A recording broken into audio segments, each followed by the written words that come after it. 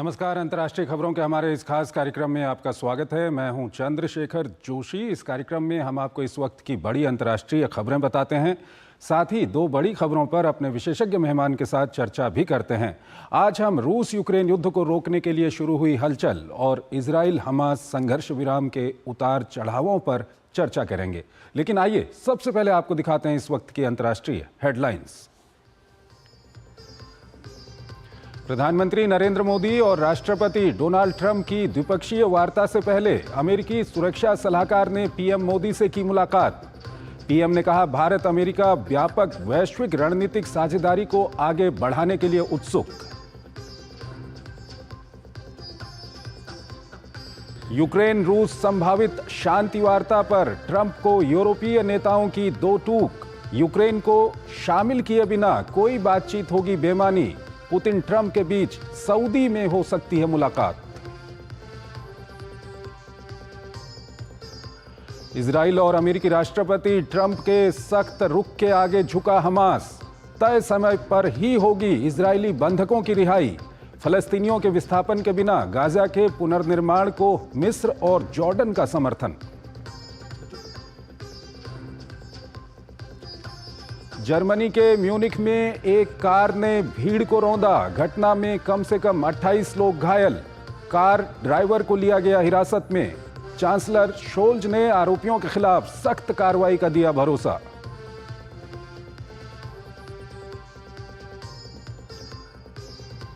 दक्षिण चीन सागर में ऑस्ट्रेलियाई लड़ाकू विमान की मौजूदगी को चीन ने बताया जानबूझकर घुसपैठ की कोशिश।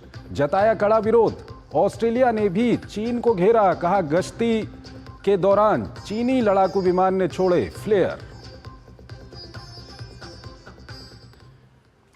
और आइए पहली खबर की ओर आपको लिए चलते हैं। फ्रांस की सफल यात्रा के बाद प्रधानमंत्री नरेंद्र मोदी इस समय अमेरिका के दौरे पर हैं। राष्ट्रपति ट्रंप के दूसरे कार्यकाल में पीएम मोदी की यात्रा कई मायनों में खास है। रक्षा, सुरक्षा, निवेश, ऊर्जा समेत तमाम क्षेत्रों में दोनों देशों के बीच सहयोग बढ़ने की संभावना है, तो आपसी व्यापार को आगे बढ़ाने के लिहाज से आ रही दिक्कतों को भी दूर करने के बेहतरीन मौके के तौर पर इसको देखा जा रहा है। इस बीच ब्लेयर हाउस में प्रधानमंत्री नरेंद्र मोदी से अमेरिका के राष्ट्रीय सुरक्षा सलाहकार माइक वाल्ज ने मुलाकात की। भारत और अमेरिका के संबंध रणनीतिक हैं। ऐसे में साझा हित के लिए क्रिटिकल टेक्नोलॉजी के आदान प्रदान के मद्देनजर ये मुलाकात काफी अहम है।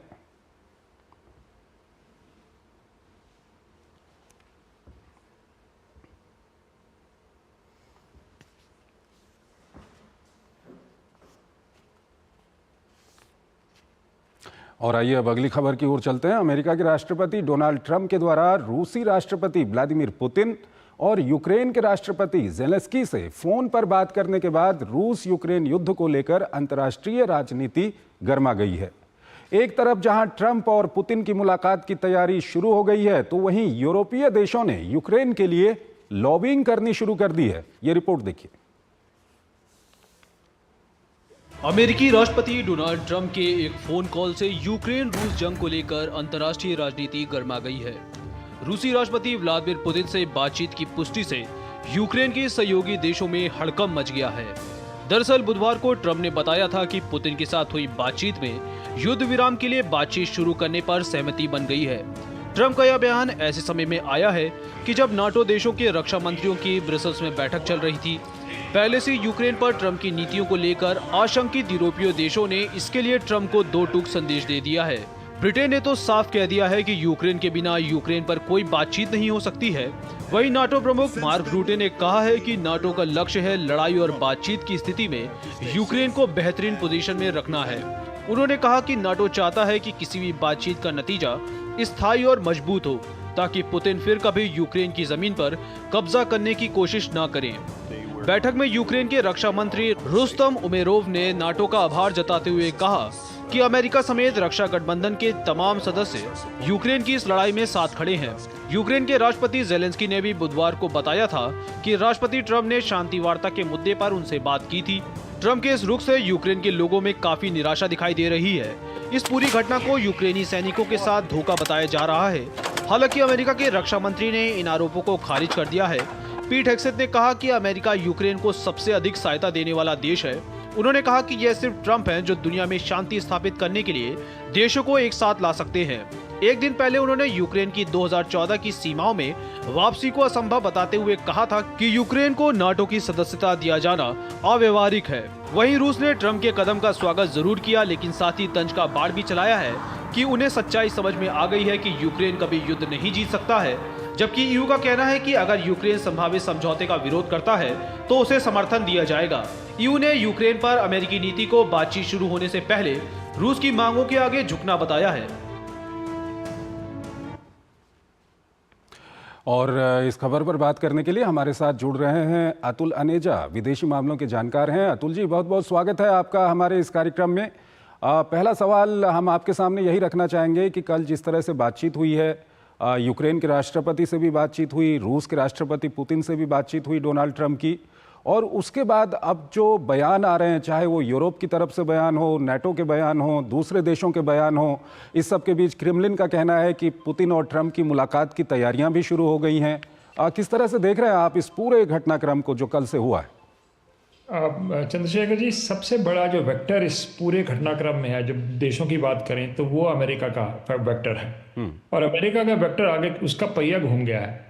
वो अब अमेरिकन जो है वो चाह रहे हैं कि इस प्रॉब्लम का एक तरह से सॉल्यूशन अब निकाला जाए।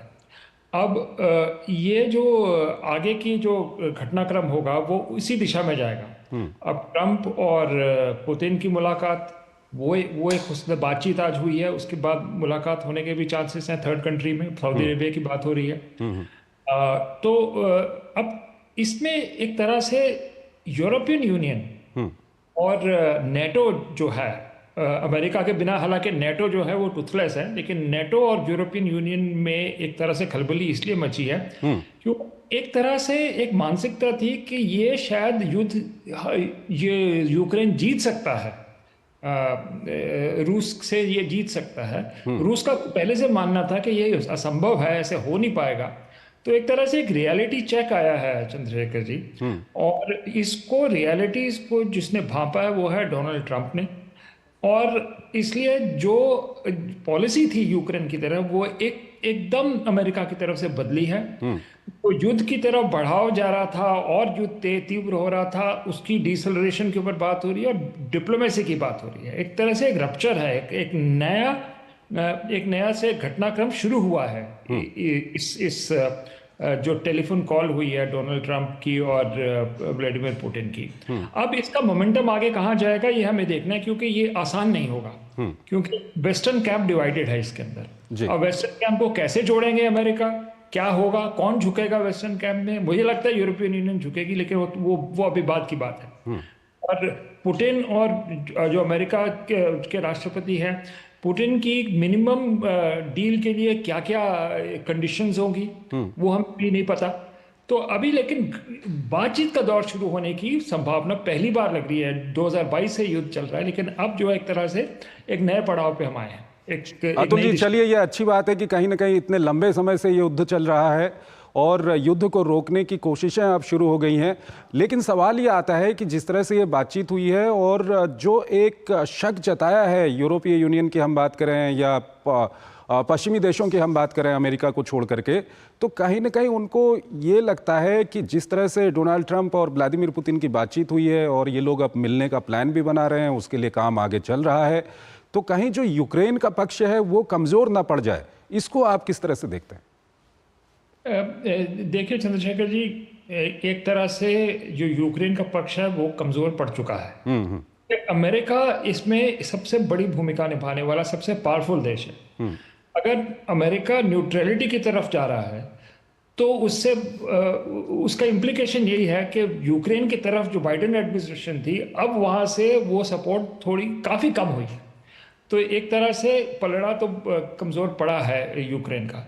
दूसरी बात चंद्रशेखर जी ये है कि वेस्टर्न कैंप में एक तरह से बहुत बड़ी दरार आई है डोनाल्ड ट्रंप के आने से, क्योंकि डोनाल्ड ट्रंप कह रहे हैं कि यूरोपियन यूनियन और कि एक तरह से वो चाह रहे हैं कि इंडिविजुअल कंट्री से बातचीत हो, ये कि एक ग्रुपिंग की से इतना वो प्रभावित नहीं है, बल्कि यूनाइटेड नेशंस, नेटो, इन सब के ऊपर एक नई विचारधारा से डोनाल्ड ट्रंप आ रहे हैं। तो एक तरह से जो यूरोपियंस हैं इस वक्त काफ़ी एक तरह से बहुत ही वहाँ पर टेंशन बढ़ गई है कि आगे उनका क्या होगा। टैरिफ्स लगाने वाले हैं ट्रंप यूरोपियन यूनियन के ऊपर, उसकी भी बात हो रही है।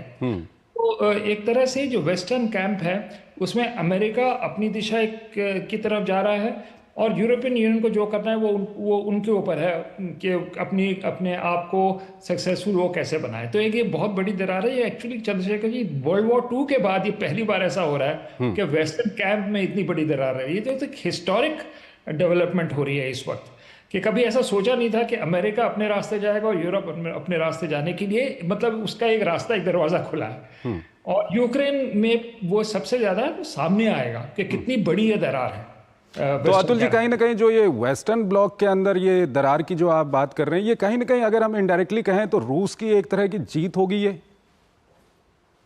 रूस को बिल्कुल इसका फायदा जरूर होगा चंद्रशेखर जी, क्योंकि ये जो बैलेंस ऑफ पावर में जो है, और अगर यूक्रेन के ऊपर समझौता होता है, रूस की मिनिमम कंडीशंस अगर मानी जाती है, हमको उस पर देखना है कि रूस की कंडीशंस जो हैं, एक तो है कि वहाँ पर नेटो का मेंबर ना बने यूक्रेन, दूसरा वहाँ पर जो डीनाज़िफिकेशन, नाज़ी ग्रुप्स जो है, नियो नाज़ी ग्रुप्स, वो ना रहें, और एक तरह से जो सैन्य सामान है यूक्रेन का उसको भी मिनिमाइज कर सकें, मिसाइल ऑफेंसिव वेपन्स वगैरह वो ना रहे। तो ये कुछ कंडीशंस हैं। अगर ये कंडीशंस पूरी होती हैं तब हम कह सकते हैं कि ये एक बिल्कुल जीत होगी रूस की। लेकिन जो यूक्रेन की जो शर्तें हैं, जिस तरह से यूक्रेन कहते रहा है कि क्राइमिया पे जब क्राइमिया को अपने कब्जे में लिया था रूस ने, उससे पहले के वक्त में जाना चाहिए, तो ये क्या संभव है क्या? मुझे नहीं लगता ये है, क्योंकि रूस का कहना है कि जो 2014 में तख्ता पलट हुआ था यूक्रेन में, एक इलेक्टेड गवर्नमेंट को टॉपल किया गया था अमेरिकन डीप स्टेट ने, और साथ में उसमें यूरोपियन यूनियन भी जुड़े थे। उसके बाद मिन्स्क अकॉर्ड हुए, मिन्स्क अकॉर्ड से जो है वो पीछे हटे पश्चिमी देश।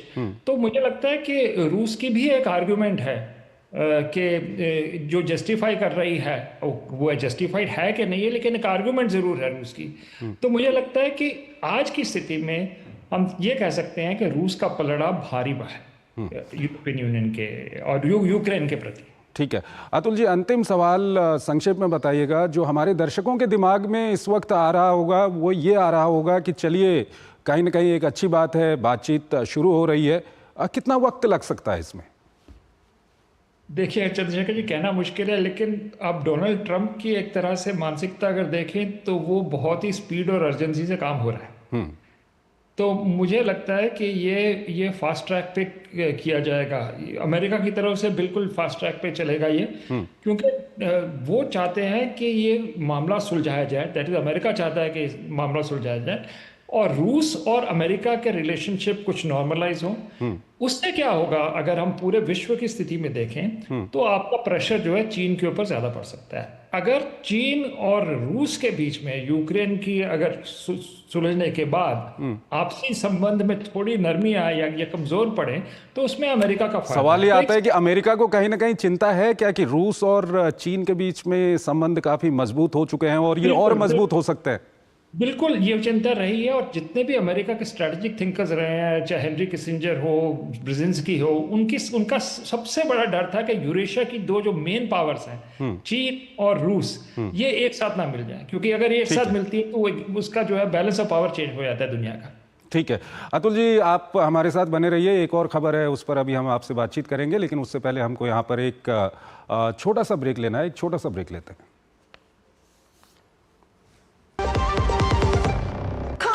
स्वाद नहीं है, अरे किफायती लाल सस्ते वाले दाल मसाले, स्वाद हुआ बेकार। इधर कीमती लाल को देखो, खाना बना कमाल। MDH की हल्दी मिर्ची धनिया करे कमाल। रंग दे, ये खुशबू दे, ये तीखा, ये कम पड़े। क्या निराला MDH मसाला।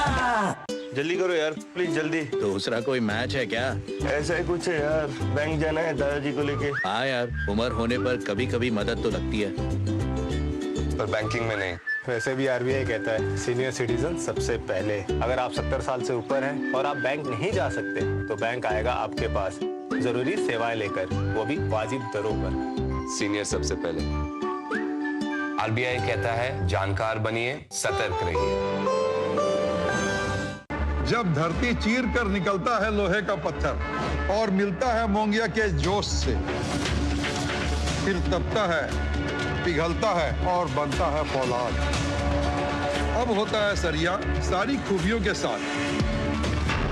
मोंगिया स्टील, मजबूत देश का मजबूत सरिया। MDH की देगी मिर्च, देगी मिर्च का तड़का, अंग अंग फड़का। MDH की देगी मिर्च। स्वागत है आपका ब्रेक के बाद। अगली खबर की ओर आपको लिए चलते हैं। कल तक बंधकों की रिहाई रोकने की धमकी दे रहे हमास का रुख अब नरम हो गया है। हमास ने अब कहा है कि वो तय समय सीमा तक बंधकों की रिहाई कर देगा। इसे अमेरिकी राष्ट्रपति डोनाल्ड ट्रंप की धमकी का प्रभाव कहें या कुछ और, लेकिन हमास के इस कदम से गाजा संघर्ष विराम पर उठ रहे संकट के बादल काफी हद तक खत्म हो गए हैं। वहीं गाजा को लेकर ट्रंप के प्लान को भी अब एक अरब देश से आंशिक समर्थन भी मिल रहा है। ये रिपोर्ट देखिए। आखिरकार अमेरिकी राष्ट्रपति डोनाल्ड ट्रंप की धमकियों के सामने हमास ने घुटने टेक दिए। बीते कुछ दिनों से इजरायली बंधकों की रिहाई से आनाकानी कर रहा हमास अब झुकता नजर आ रहा है। हमास ने तय सीमा के अंदर इजरायली बंधकों की रिहाई का फिर से भरोसा दिलाया है। पिछले सप्ताह हमास ने इजराइल पर समझौते के उल्लंघन का आरोप लगाते हुए बंधकों की रिहाई से इनकार कर दिया था, जिसके बाद पश्चिम एशिया से लेकर अमेरिका तक खलबली मच गई थी। तब डोनाल्ड ट्रंप ने कहा था कि अगर शनिवार तक सभी बंधकों को रिहा नहीं किया गया तो समझौते को रद्द कर हमास के लिए नरक के सभी दरवाजे खोल दिए जाएंगे। इसके बाद इजरायली वार कैबिनेट ने भी सख्त रुख अपनाते हुए अपनी रिजर्व सेना को बुला लिया। संघर्ष विराम टूटने के तुरंत बाद गाजा में फिर से धावा बोल देने की घोषणा कर दी। हालांकि इजराइल और अमेरिका के कड़े रुख के बाद अब हमास ने समझौते पर आगे बढ़ने की हामी भर ली है। उम्मीद की जा रही है कि शनिवार को 3 जिंदा बंधकों को रिहा कर देगा। हालांकि नेतन्याहू कह चुके हैं कि संघर्ष विराम को कायम रखने के लिए 9 बंधकों को जरूर रिहा करना होगा। संघर्ष विराम के टूट के कगार पर पहुंच जाने के बाद मिस्र और कतर ने इसे बहाल रखने के लिए कोशिशें तेज कर दी हैं। हमास के प्रतिनिधिमंडल से विस्तार से बात की। हमास ने इजराइल पर विस्थापितों की वापसी और सहायता पहुंचाने में बाधा डालने का आरोप लगाया था। हमास का कहना है कि 2 लाख टेंटों में से सिर्फ 73,000 टेंट गाजा तक पहुंचे हैं, जबकि मोबाइल हाउस का अब भी इंतजार है। वहीं इजरायली एजेंसी का कहना है कि 4 लाख टेंट पहुंचाने की अनुमति दे दी गई है और जहां तक मोबाइल हाउस का सवाल है तो इसकी आपूर्ति करने वाले देशों ने अभी तक भेजा ही नहीं है। इसी हफ्ते पहले चरण का 42 दिन पूरा होने वाला है, लेकिन ट्रंप के बार बार गाजा खाली करने की योजना से अरब देशों में बेचैनी पाई जाती है। मिस्र और जॉर्डन ने इस प्रस्ताव को खारिज कर दिया है। दोनों देशों का कहना है कि गाजा का पुनर्निर्माण जरूर होना चाहिए, लेकिन फिलिस्तीनियों के विस्थापन के बगैर। हालांकि सऊदी अरब ने गाजा को रिवेरा के रूप में तब्दील किए जाने का समर्थन किया है। साथ ही ये भी कहा है कि रिवेरा का निर्माण फिलिस्तीनियों की बेदखली के बगैर होना चाहिए। अब सऊदी अरब के आंशिक समर्थन पर सवाल उठाए जा रहे हैं कि कहीं पर्दे के पीछे कोई खिचड़ी तो नहीं पक रही है। दरअसल ट्रंप जब रिवेरा की बात करते हैं तो साथ ही गाजा पर कब्जे की भी बात करते हैं। इजराइल को लेकर सऊदी अरब के नरम रुख पर पहले भी सवाल उठते रहे हैं। अब इस बयान ने शंका को और गहरा दिया है। अतुल अनेजा हमारे साथ जुड़े हुए हैं, विदेशी मामलों के जानकार हैं, उनसे हम बातचीत करेंगे इस खबर पर। अतुल जी, सबसे पहला सवाल यही है कि हमास 2 दिन पहले हमने देखा काफ़ी कड़ा रुख दिखा रहा था, लेकिन अब हमास नरम पड़ गया। चलिए, अच्छा है कि ये संघर्ष विराम के लिए जो खतरा पैदा हो रहा था वो खतरा टल गया है। क्या लगता है आपको, हमास के ऊपर क्या ट्रंप का जो दबाव था वो काम कर गया? मुझे लगता है कर गया है चंद्रशेखर जी, क्योंकि ट्रंप के अलावा जो दबाव आया होगा वो ये जो 2 देश हैं, मिस्र और कतर, इनका बहुत इन्फ्लुएंस है और लीवरेज है एक तरह से हमास के ऊपर। तो मुझे लगता है कि प्रेशर ट्रंप के बयान के बाद इन दोनों देशों ने बहुत प्रेशर डाला होगा हमास के ऊपर। अब हमास के पास अगर ये 3 दिशाओं से प्रेशर आ रहा है तो उसको ऊपर उसको रेजिस्ट करना बहुत मुश्किल है, क्योंकि उसके जो और साथी थे हमास के, जैसे हिजबुल्लाह लेबनान के, वो कमज़ोर हो गए हैं। ईरान अभी कहीं पिक्चर में नहीं है, जो अभी की जो हमास में बात हो रही है जी। और हुतीज़ ने भी अपना काम इस वक्त तो रेड सी में कुछ इस तरह से नहीं कर रहे कि वहाँ भी जो ये ट्रांसपोर्टेशन हो या मैरीटाइम ये जो ट्रेड हो वो उसको रोकने के लिए। तो एक तरह से अलग थलग पड़ रहा है हमास, और ये प्रेशर इसके लिए बहुत ज़्यादा इस वक्त पड़ा है। लेकिन उसका ट्रिगर पॉइंट मैं प्रेसिडेंट ट्रंप के बयान को ही कहूँगा कि उसकी वजह से हो रहा है। ठीक है, इसके अलावा जो बयान आ रहे हैं, जो प्रेसिडेंट ट्रंप का प्लान था गाज़ा को लेकर के, वो रिवेरा वहाँ पर बनाना चाहते थे, लेकिन अब हम देख रहे हैं जिस तरह के बयान आ रहे हैं, अगर हम जॉर्डन को देखें, मिस्र को देखें, तो वो कहते हैं हाँ यहाँ पर पुनर्निर्माण होना चाहिए। हालांकि वो कहते हैं कि फ़लस्तीनियों को वहाँ से नहीं हटाना चाहिए। सऊदी अरब के एक राजनयिक की ओर से भी बयान आया है, वो कहते हैं कि यहाँ पर रिवेरा बनाया जा सकता है लेकिन फ़लस्तीनियों को वहाँ से नहीं हटाना चाहिए। डोनाल्ड ट्रंप का जब ये बयान आया था शुरुआत में, उस वक्त लोग ये सोचते थे कि ये कितना प्रैक्टिकल होगा या नहीं होगा, लेकिन अब धीरे धीरे जो डेवलपमेंट हो रहे हैं, क्या कुछ लगता है आपको ये प्लान क्या आगे बढ़ रहा है? मुझे नहीं लगता बियॉन्ड ए पॉइंट ये बढ़ रहा है चंद्रशेखर जी, क्योंकि अगर आप देखें सबसे जो पॉइंट ऑफ डिफरेंस है वो है पैलेस्टीनियंस की मौजूदगी।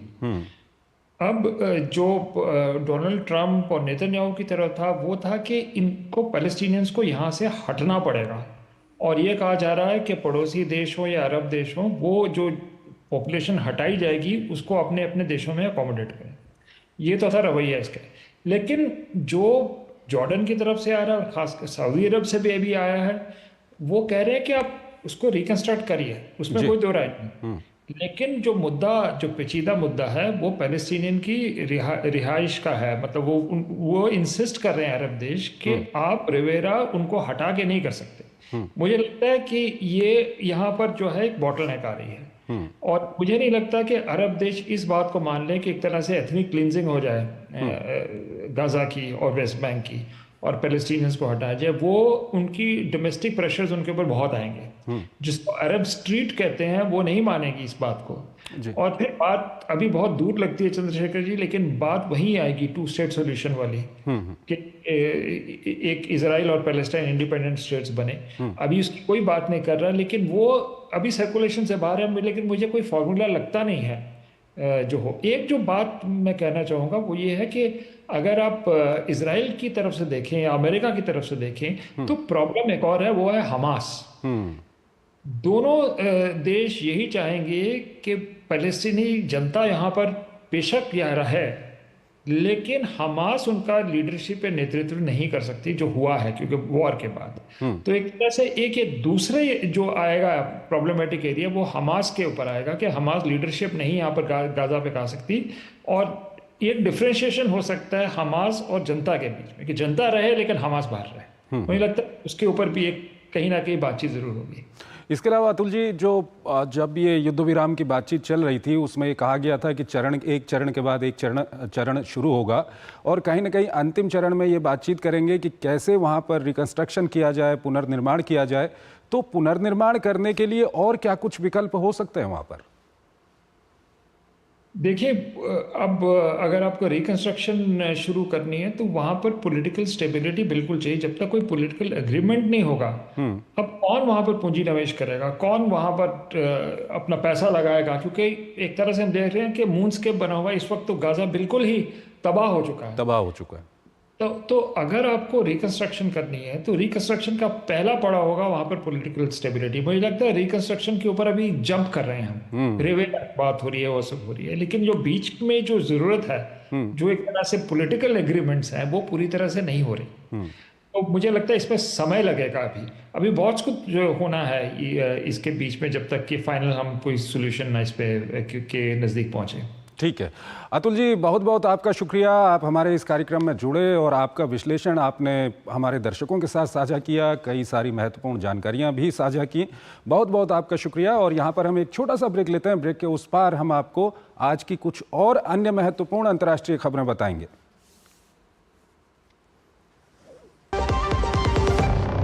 घाटा कर दिया तूने। मैंने और नहीं तो क्या। तूने ही कहा था म्यूचुअल फंड सही है, म्यूचुअल फंड सही है। भाई पेशेंस, म्यूचुअल फंड इस मैच की तरह है, कभी रन रेट ऊपर कभी थोड़ा सा नीचे। सीधे वर्मा जी के म्यूचुअल फंड्स की पिच पर जितना टाइम टिका रहेगा, फायदा होने के चांसेस उतने बढ़ेंगे। सही है। म्यूचुअल फंड्स में पेशेंस रखना सही है। म्यूचुअल फंड निवेश बाजार जोखिमों के अधीन है। योजना से जुड़े सभी दस्तावेजों को ध्यान से पढ़ें। Come on boys, let's go practice. अरे रुक यार, मेरे बैंक अकाउंट में गलत एंट्री का प्रॉब्लम हो गया। अरे तो बैंक को कंप्लेन करना। बैंक को लिखे 1 महीना हो गया है, बट वो गूगली पे गूगली डाले जा रहे हैं। तो आरबीआई के लोकपाल को इन्फॉर्म करो। रुक, मैं समझाता हूँ। जैसे क्रिकेट में थर्ड अंपायर, वैसे ही आरबीआई का ओम्बुड्समैन। आरबीआई कहता है अगर बैंक आपकी कंप्लेंट को 1 महीने में नहीं सुलझाता तो आप आरबीआई के कंप्लेंट मैनेजमेंट सिस्टम पर ऑनलाइन कंप्लेंट कर सकते हैं। ये आरबीआई का आसान तरीका है आपकी कंप्लेंट सुलझाने का, फ्री। आरबीआई कहता है जानकार बनिए, सतर्क रहिए। गोल्डी मसाले के 100 ग्राम के स्पेशल पैक्स में फ्रेशनेस लॉक है। ऐसे गोल्डी मसाले जहां जाएं रिश्ते बनाएं। स्वागत है आपका ब्रेक के बाद। अंतर्राष्ट्रीय खबरों के हमारे इस कार्यक्रम को हम यहीं पर खत्म करते हैं, लेकिन जाते जाते आपको छोड़ जाते हैं आज की कुछ और महत्वपूर्ण अंतर्राष्ट्रीय खबरों के साथ। आप हमारी पूरी टीम को इजाजत दीजिए। नमस्कार।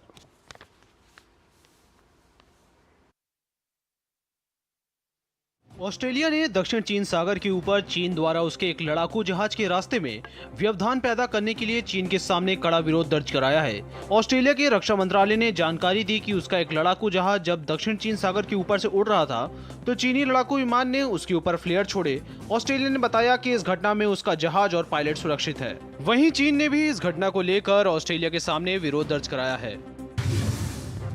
जर्मनी के म्यूनिख शहर में गुरुवार को हमला हुआ है, जहां एक कार भीड़ भरे इलाके में लोगों को रौंदते हुए चली गई।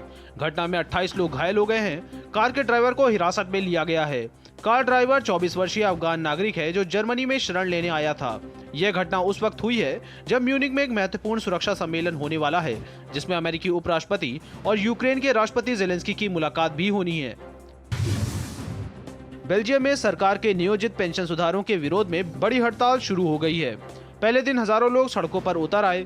हड़ताल के कारण देश में सभी हवाई यातायात ठप हो गए। ब्रसेल्स हवाई अड्डे से गुरुवार को 430 उड़ानें रद्द कर दी गईं। हड़ताल से सार्वजनिक परिवहन और डाक सेवाओं के बाधित होने की भी आशंका है। वहीं अग्निशामक और सैन्य कर्मी भी इस विरोध प्रदर्शन में शामिल हो गए हैं। ऑस्ट्रेलिया में आम चुनाव होने के 4 महीने से भी ज्यादा समय बीत जाने के बाद भी अभी तक सरकार का गठन नहीं हो पाया है। चुनाव में सबसे आगे रही एफपीओ पार्टी कोई भी गठबंधन बनाने में असफल रही है। इसे देखते हुए राष्ट्रपति अलेक्जेंडर वॉन डेर बेलन ने एफपीओ को छोड़कर अन्य दलों से मिलकर सरकार बनाने का आग्रह किया है। ऐसा न हो पाने पर जल्दी ऑस्ट्रिया में फिर से आम चुनाव की घोषणा कर दी जाएगी। अफगानिस्तान की राजधानी काबुल में एक सरकारी इमारत के पास एक आत्मघाती हमलावर ने विस्फोट कर दिया, जिसमें एक व्यक्ति की मौत हो गई और 3 अन्य घायल हो गए। हमला उस इलाके में हुआ जहां सरकारी कार्यालयों के साथ साथ संयुक्त राज्य दूतावास सहित विदेशी दूतावास भी हैं। आंतरिक मंत्रालय के प्रवक्ता अब्दुल मतीन कानी ने कहा कि हमलावर ने अफगान शहरी विकास और आवास मंत्रालय की इमारत में घुसने का प्रयास किया, लेकिन सुरक्षा बलों ने उसे गोली मार दी। म्यांमार के करेन राज्य में दूरसंचार धोखाधड़ी केंद्रों में काम करने वाले 20 देशों के 250 से अधिक लोगों को एक जातीय सशस्त्र समूह द्वारा रिहा कर दिया गया है और थाईलैंड लाया गया है। थाई सेना द्वारा इन लोगों को थाईलैंड लाया गया है और इनमें आधे से अधिक अफ्रीकी या एशियाई देशों से हैं। म्यांमार का करेन राज्य साइबर धोखाधड़ी का केंद्र है और ये लोग थाईलैंड को ट्रांजिट देश के रूप में उपयोग करते हैं।